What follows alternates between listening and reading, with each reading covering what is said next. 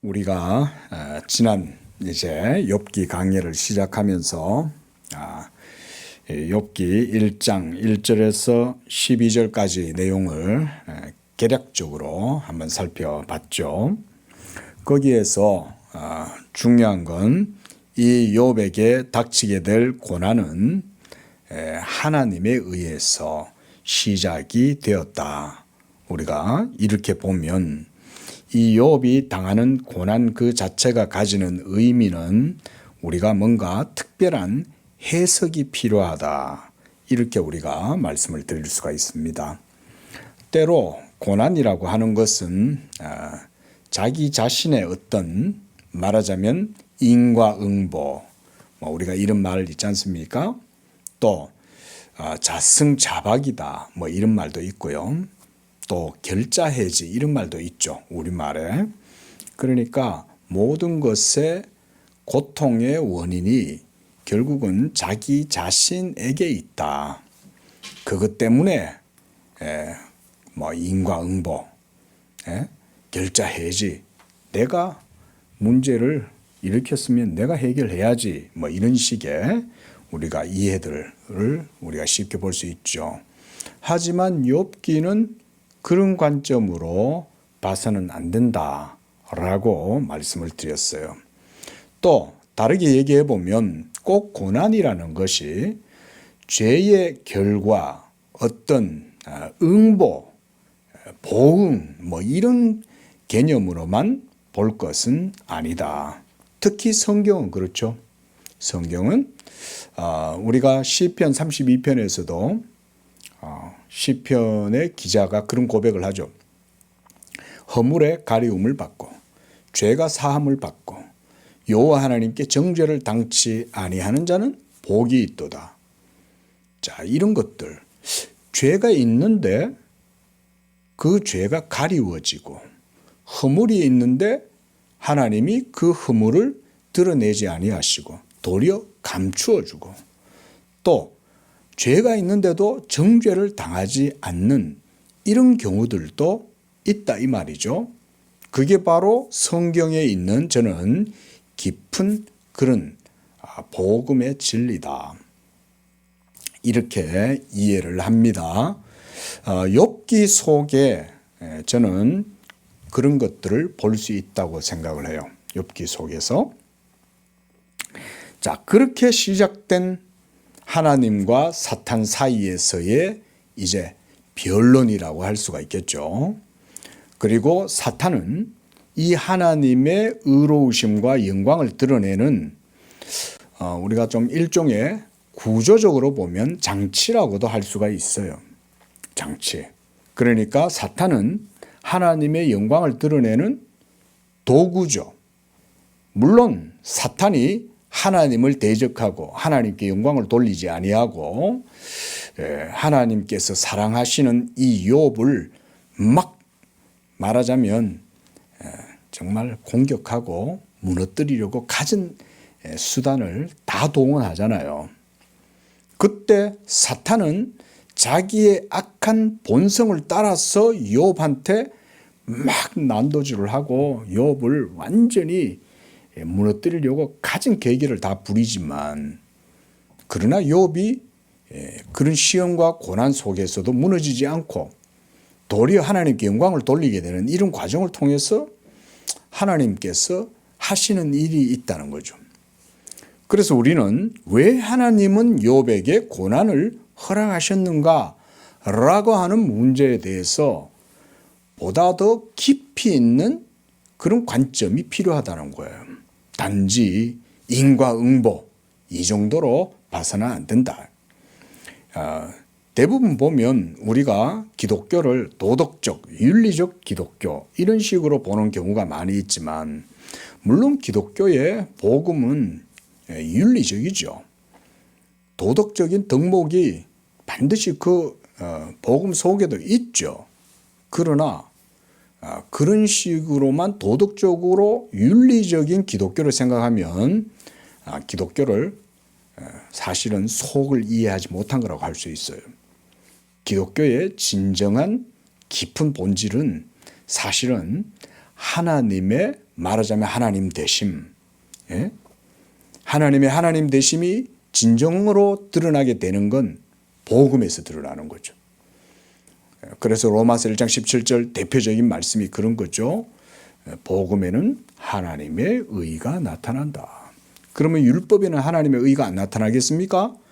율법에도 하나님의 의가 나타나죠.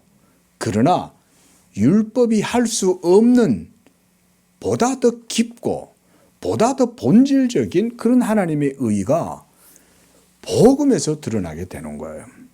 그리고 그것은 또한 믿음으로 고백되고 믿음에 의해서 이 복음에 나타나는 하나님의 의가 나타나게 되는 거죠.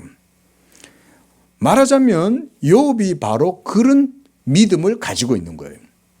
하나님이 욥의 믿음을 건들고 그렇게 해서 시험하고 그걸 시험해서 욥 속에 가라앉아 있는 이 믿음을 드러내시는 거예요. 우리가 고요하고 평안하고 형통하고 하는 일들마다 다 승승장구하고 이럴 때 누구나 다 하나님께 감사할 수 있어요. 그렇죠?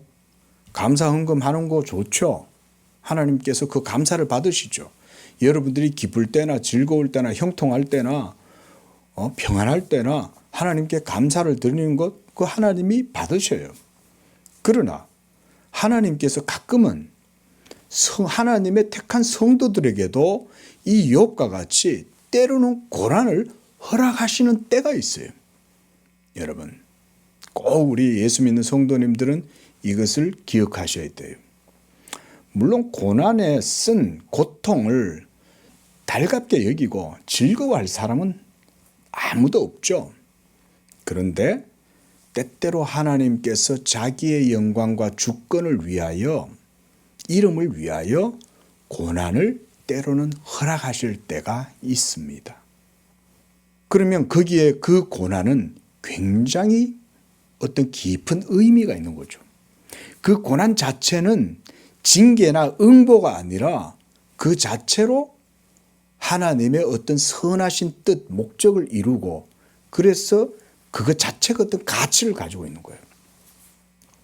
자, 여러분, 이쯤 되면 만약 여러분들에게 이런 고난이 다가왔다라고 할 때 우리에게 필요한 게 뭘까요? 바로 그 순간.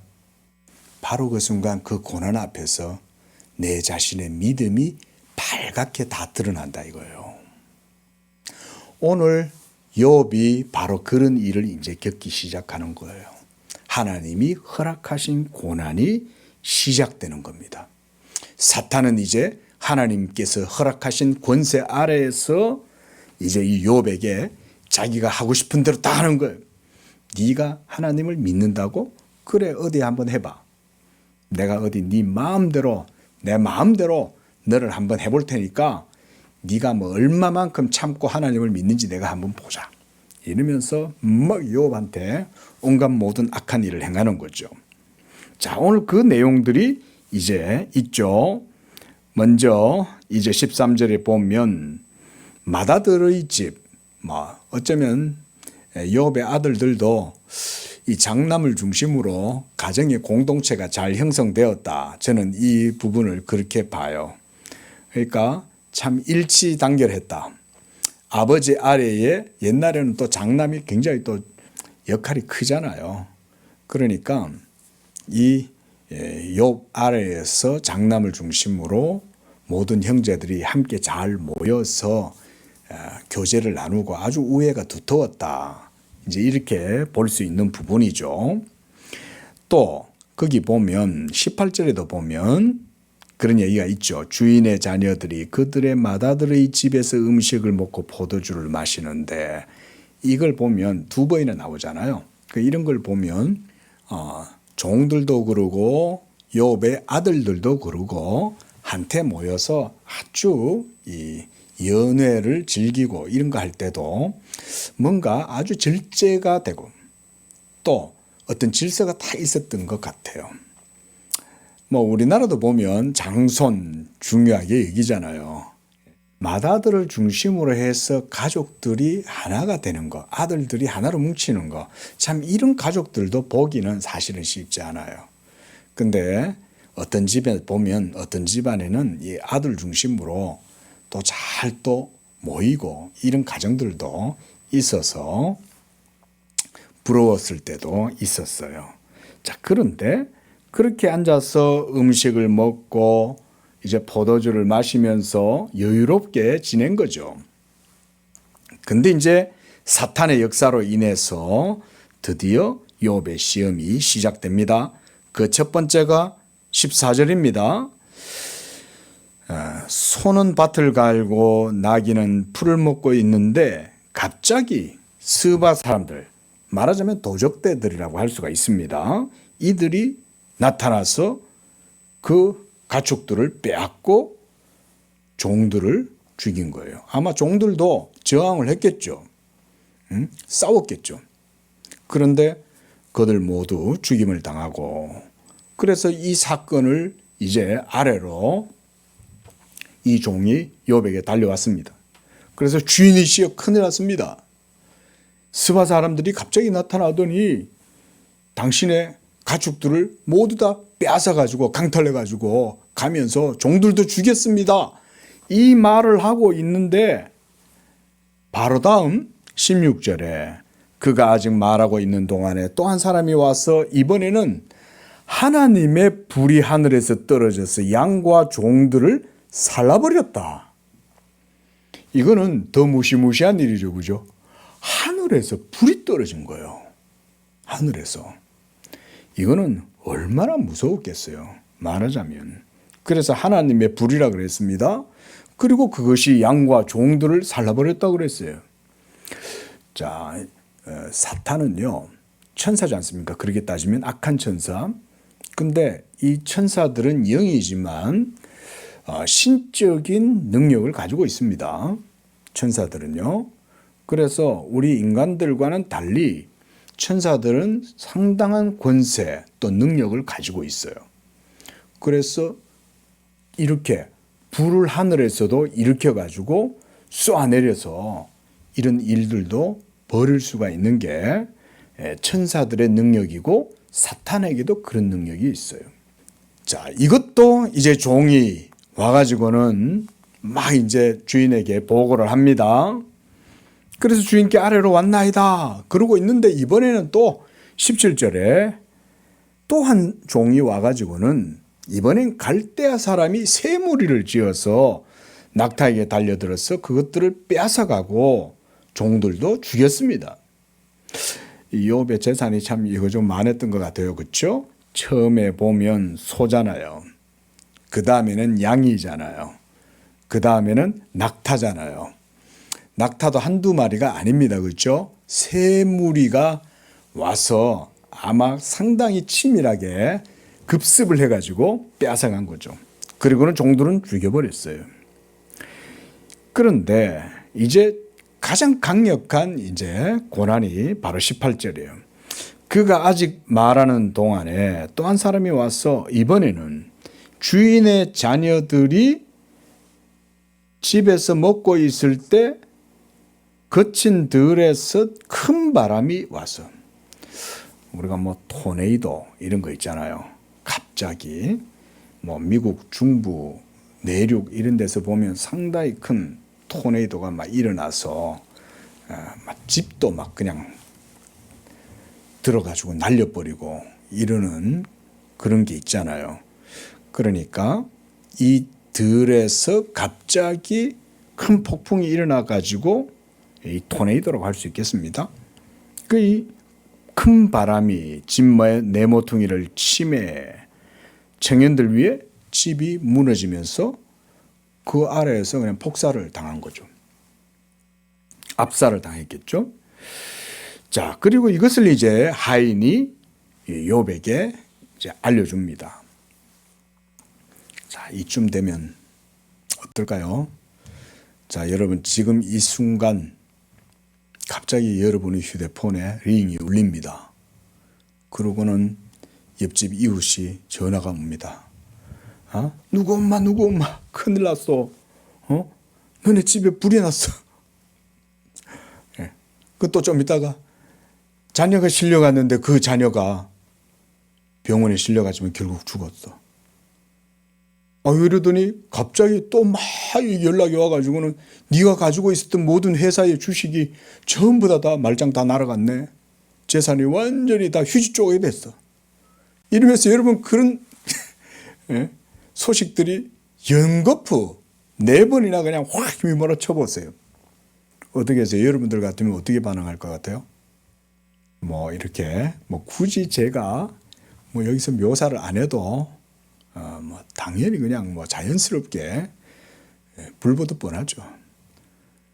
울음부터 시작해서 어떻게 했냐 여보 이게 도대체 무슨 일이야 어떻게 돼서 이러면서 완전히 정신줄을 놓죠. 울면서 달려가서 막 하고 이렇게 하겠죠. 근데 욥은 그러지 않습니다. 20절에 보십시오. 자, 이 연거푸 4번 4연타 스트레이트로 그냥 막 맞은 거죠. 레프트, 라이트, 훅, 어퍼컷까지 그냥 내리다 맞았는데, 자, 지금 욥은 갑자기 이 상황을 당했죠. 뭔가 준비도 없었어요. 예? 워밍업도 없었습니다. 몸도 안 풀었어요. 그저 욥은 조용히 집에서 성경은 없었고, 욥은 집에서 그저 조용히 기도하면서 또 하나님을 찬양하고 있었겠죠. 그런데 갑자기 이런 일들이 비보가 닥치니까 얼마나 놀랐겠어요. 그런데 그 순간 욥의 본색이 드러나는 거죠. 여러분, 좋을 때 믿음이 드러나는 게 아니라 정작 고난이 닥쳤을 때 진짜 믿음이 본색을 드러내는 겁니다. 그러지 않겠어요? 기쁘고 즐거울 땐 누구나 다 하나님 잘 믿어요. 누구나 다 경건한 척 할 수 있고 하나님 사랑합니다. 찬양합니다. 감사합니다. 이런 말 누구나 다 할 수 있죠. 그런데 사지에서 죽음을 앞에 두고 일본 순사의 칼과 총 앞에서 공산당의 칼 앞에서 총 앞에서 거기서도 그것을 모두 다 감당하면서 나는 예수님을 믿습니다. 나는 믿음을 하나님 앞에서 저버리지 않습니다. 여러분 이렇게 한다는 건 이 쉬운 일이 아니죠. 말하자면 지금 욥이 바로 그런 상황에서 욥 자신의 믿음이 드러나는 그런 모습인 거예요. 저는 바로 이 장면이 하나님께서 의도하신 거라고 생각해요. 하나님은 이게 드러나길 바라셨던 거예요. 그래서 욥 속에 있는 그 믿음이 드러나게 함으로써 그것을 통해서 하나님이 영광을 받으시길 원하셨던 거죠. 이 부분에 있어서 많은 이들이 이렇게 얘기를 하면 하나님이 어떻게 전능자가 한낱 연약한 우리 인생을 시련, 운명의 깊은 그런 고난 속에 던져 넣어가지고 그런 도가니에서 괴롭히고 말이죠. 그것을 바라보면서 즐거워하는 거 아니냐. 이런 식으로 보시는 분들이 가끔 있어요. 그런데 욥의 고난은 그 자체로 하나님 그분 자신에 의한 것이기 때문에 깊은 그런 본질, 깊은 가치를 가지고 있다. 우리가 이렇게 봐야 됩니다. 그래서 지금 하나님께서 바로 그것을 보기 위하여 지금 이렇게 하시는 거예요. 자, 처음에 보면 하나님께서 8절에 뭐라고 말씀하셨어요? 1장 8절에 네가 내 종 욥을 주의하여 보았느냐. 이렇게 하나님이 욥을 마귀 앞에서 자랑하시죠. 이게 이제 사탄이 이제 아주 사악한 그런 심기가 이제 여기서 작동하는 거 아니에요? 아이고 하나님 이러겠어요? 이러면서 하나님도 얼마나 이 사탄이 무시합니까? 그러니까 하나님께서 이것을 통해서 하나님의 뜻을 드러내시고 영광을 드러내시는 거죠. 그리고 욥은 20절에 보면 일어나 겉옷을 찢었습니다. 자, 이것도요, 단지 어떤 탄식, 어떤 절규 이런 의미가 아니라고 봐요. 이것은 하나님이 이렇게 하셨으니 내가 지금 이 상황에서 그저 채색 옷 입고 멋들어진 옷 입고 그냥 점잖하게 앉아 있을 소냐? 저는 이런 고백이라고 봐요. 그러니까 여러분, 우리가 고난을 당했을 때 갑자기 큰 고통을 직면하고 정말 이런 괴로움 속에 도대체 나한테 왜 이런 일이 생겼을까라고 할 때 여러분, 하나님을 믿는 성도들은 제일 먼저 무슨 생각부터 하겠어요? 하나님을 믿는 성도라면 도대체 하나님이 나에게 왜 이렇게 하셨을까? 이 질문부터 당연히 던지겠죠. 말하자면 여기서 겉옷을 찢는다는 의미는 그런 의미예요. 고통을 주시는 하나님 앞에서 자기가 지금 자기 자신을 겸허하게 하나님 앞에 내려놓는 거예요. 그래서 자기 자신이 지금 멋있게 입고 있었던 좋은 옷들, 이것들조차도 다 찢어버리는 거예요. 하나님 앞에서. 이것은 하나님께 대한 불평이 아니에요. 하나님 앞에 두려움과 경외감으로 서는 거예요. 하나님, 도대체 왜 이렇게 하시는 거죠? 나한테 왜 이렇게 하시는 건가요? 이러면서 그것을 찢으면서 하나님의 뜻을 구하는 자세다. 우리에게 이런 일이 닥치면 우리가 그 순간 하나님을 생각할까? 우리가 좀 생각을 해봐야 됩니다. 도리어 우리는 하나님, 내가 그동안 하나님을 얼마나 나름대로 섬기려고 애썼는데 왜 나한테 이런 시련을 주시는 거예요? 왜 나한테 이렇게 괴로움을 주시는 거예요? 하나님, 지금 이 순간 어디 계시는 거예요? 내가 그동안 하나님 앞에 잘 섬겼잖아요. 나 그동안 하나님께 기도도 많이 하고 예배도 드리고 헌금도 드렸잖아요. 하나님, 도대체 그런데 왜 나한테 이렇게 하시는 거예요? 이렇게 말할 가능성도 크죠. 근데 욥은 지금 그렇게 하고 있지 않죠. 옷을 찢은 거예요. 이거 찢은 것은 하나님의 그 심각한 고난 앞에서도 자기 자신을 부인하는 것이라고도 볼 수 있어요. 우리가 성경 속에 특히 이제 유대인들, 히브리인들이 이 옷을 찢는 그런 관례들이 있죠. 또 그다음 보면 머리털을 민다 그랬습니다. 우리가 머리털을 민다는 것도 이게 꼭 성경 속에뿐만 아니라 일반적인 모든 세상 속에서도 머리를 민다는 것은 아주 의미심장한 결연한 어떤 각오, 이런 의미도 있고, 또 그뿐만 아니라 성경 속에서도 여러 군데에서 이 머리를 미는 것은 때로는 죄에 대한 회개, 이런 의미가 크죠. 하나님 앞에서 뭔가 결사적인 각오를 할 때 머리를 싹 다 미는 거죠. 그리고 음식도 먹지 않는 것들도 많이 있죠. 그렇죠?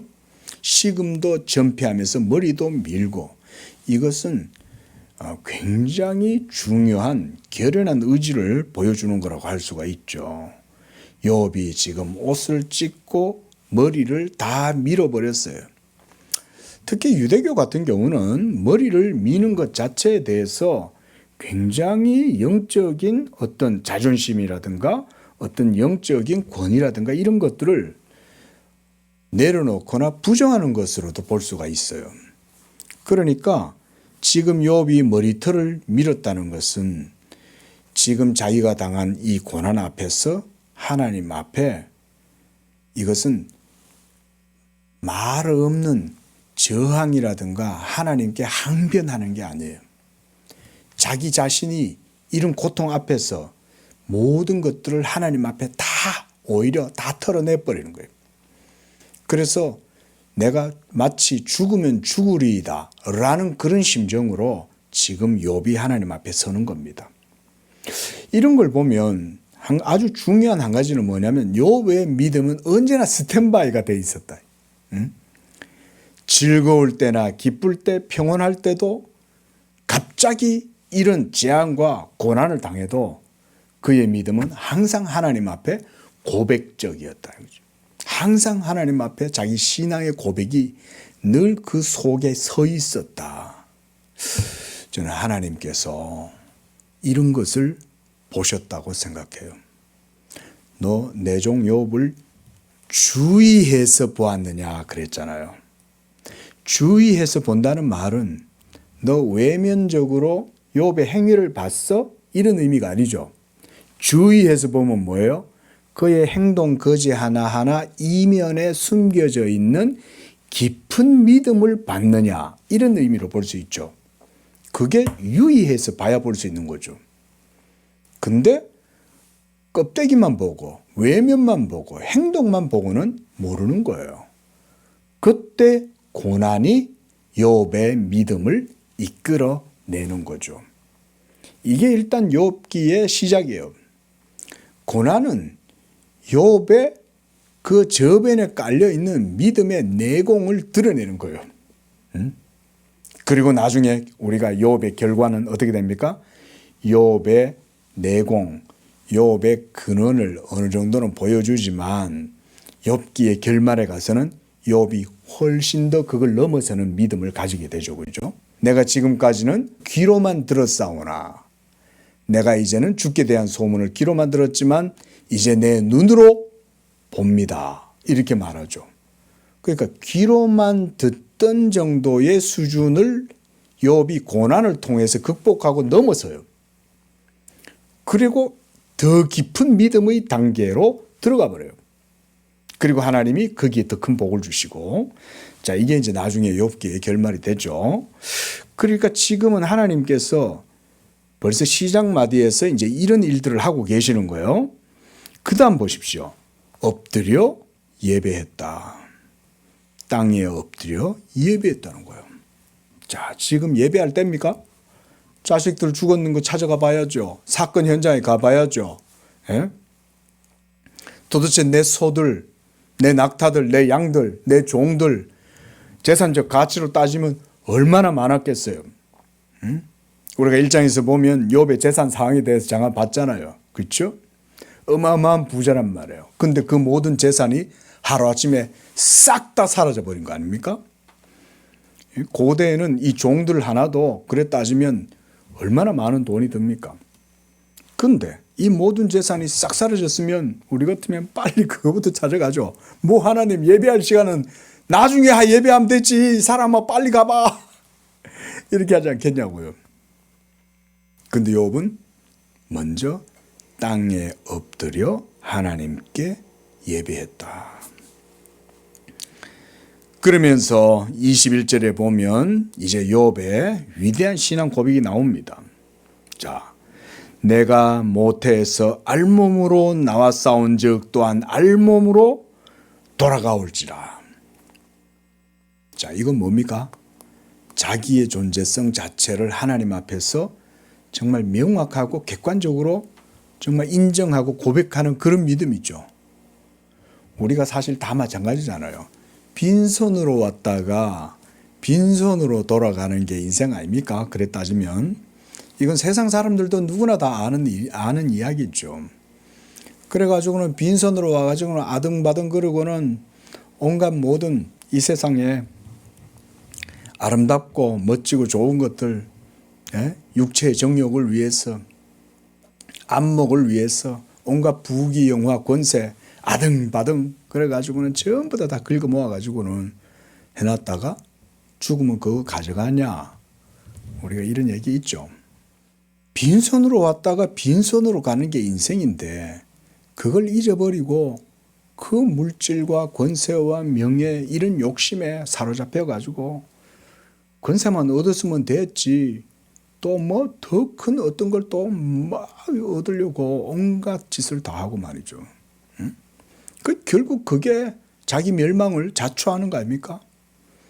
그런데 그걸 모른다 이거죠. 그거를. 하지만 욥은 바로 그 순간 이 모든 것을 다 잃었음에도 불구하고 가장 중요한 것, 하나님 섬김의 자세를 그대로 하나님 앞에 가지고 있었다. 여러분 진짜 인생의 내공이 강한 사람은 누구겠어요?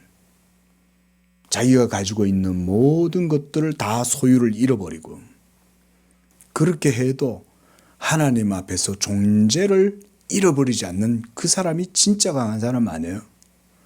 근데 우리 사람들은 내가 뭘 얼마나 가졌냐, 여기에 전부 다 마음이 쏘이죠.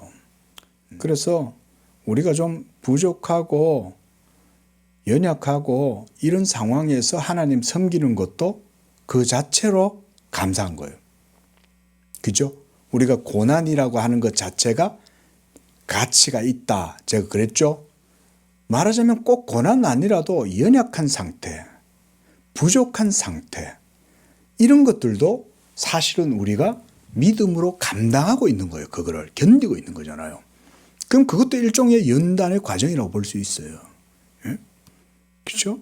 풍족하고 넘치고 모든 게 다 막 잘 돼서 사람들이 막 번성하고, 그래서 뭔가 막 사람들이 웃음과 즐거움이 넘치고, 여러분 그러면 연단 받을 기회는 없죠.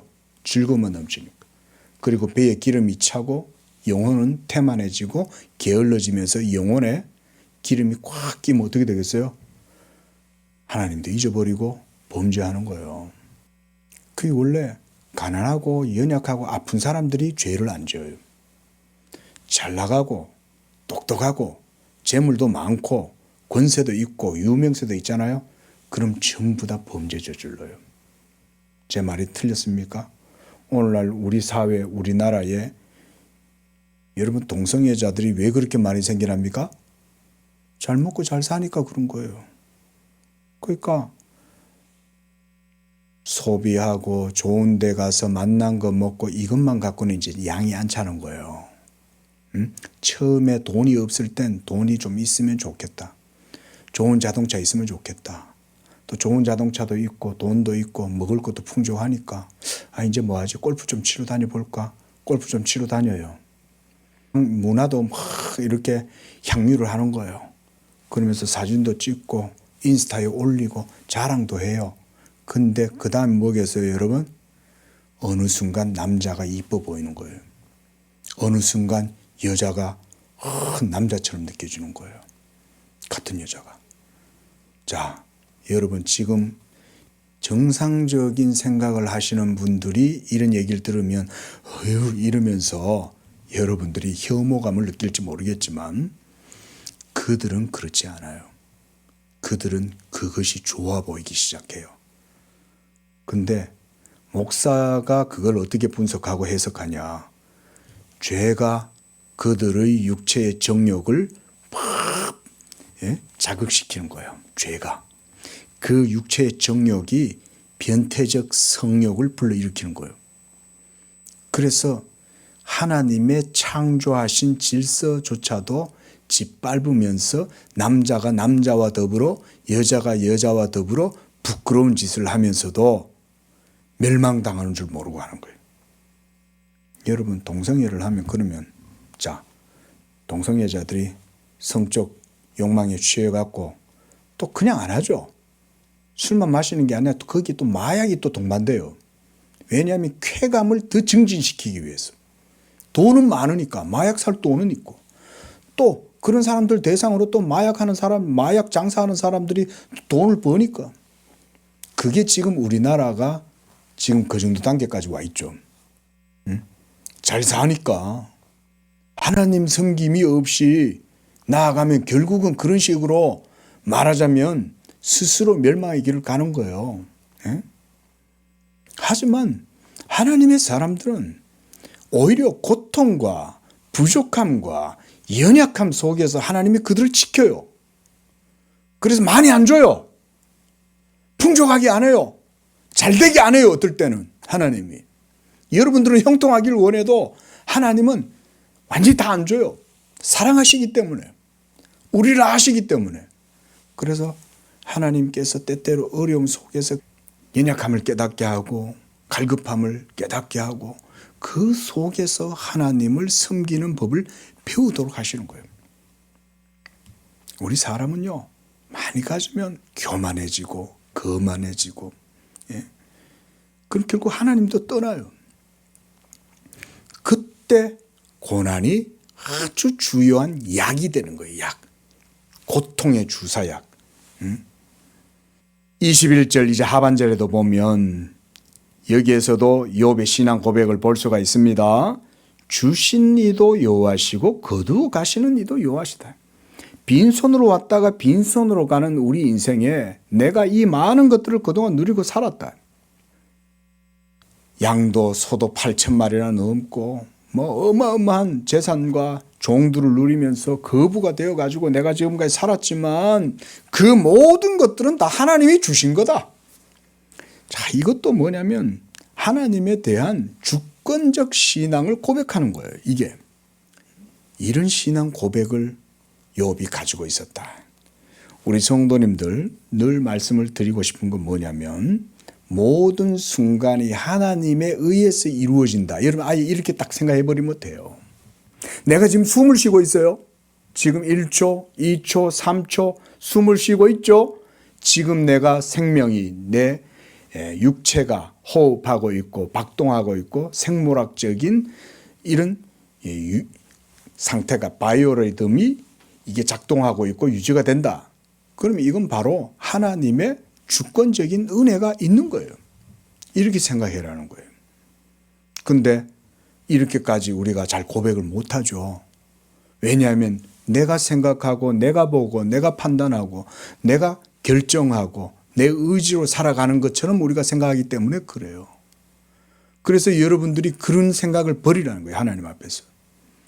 하나님이 모든 것이고 하나님이 지금도 작은 것 하나조차도 역사하시고 그래서 내 모든 순간도 하나님께 달려있고 그래서 내가 지금 가지고 있는 이 모든 것들도 하나님이 주권적으로 은혜를 베푸시고 역사하시니 그런 거다. 이렇게 고백을 하시라. 그런 말씀을 드리는 겁니다. 지금 욥의 신앙 고백이 그런 고백이에요. 주신 이도 여호와시요 거두어 가시는 이도 여호와시다. 그렇죠? 내가 지금 이걸 누리고 있는 게 하나님의 은혜다라고 정말 고백하고 있다면 갑자기 오늘 하나님이 그거 다 내놔 이러고 가져가신다면 그거조차도 하나님께 영광을 돌리는 거죠. 하나님 왜 줘놓고 왜 뺏어가요? 이렇게 항변 안 하겠죠. 그렇죠? 이게 하나님의 주권을 인정하는 하나님의 하나님 되심을 인정하는 바로 그런 믿음이다. 욥은 이 정도의 믿음이 되니까 하나님이 고난의 풀무 속에 쑥 던져 넣는 거예요. 욥의 믿음이 진실하니까 믿음은 거짓말하지 않는다 그랬죠. 그렇죠? 하나님이 우리에게 뭘 받으시겠어요, 여러분? 하나님이 여러분들에게 받으실 게 뭐가 있겠어요? 아무것도 없죠. 근데 하나님이 딱 한 가지 받으시는 게 있어요. 그게 뭘까요? 우리의 믿음을 받으시는 거예요. 믿음. 하나님이 믿음을 기뻐하시는 거예요. 그래서 믿음이 없이는 하나님을 기쁘시게 못하나니 그랬죠? 하나님이 우리한테 원하는 건 다른 게 아니죠.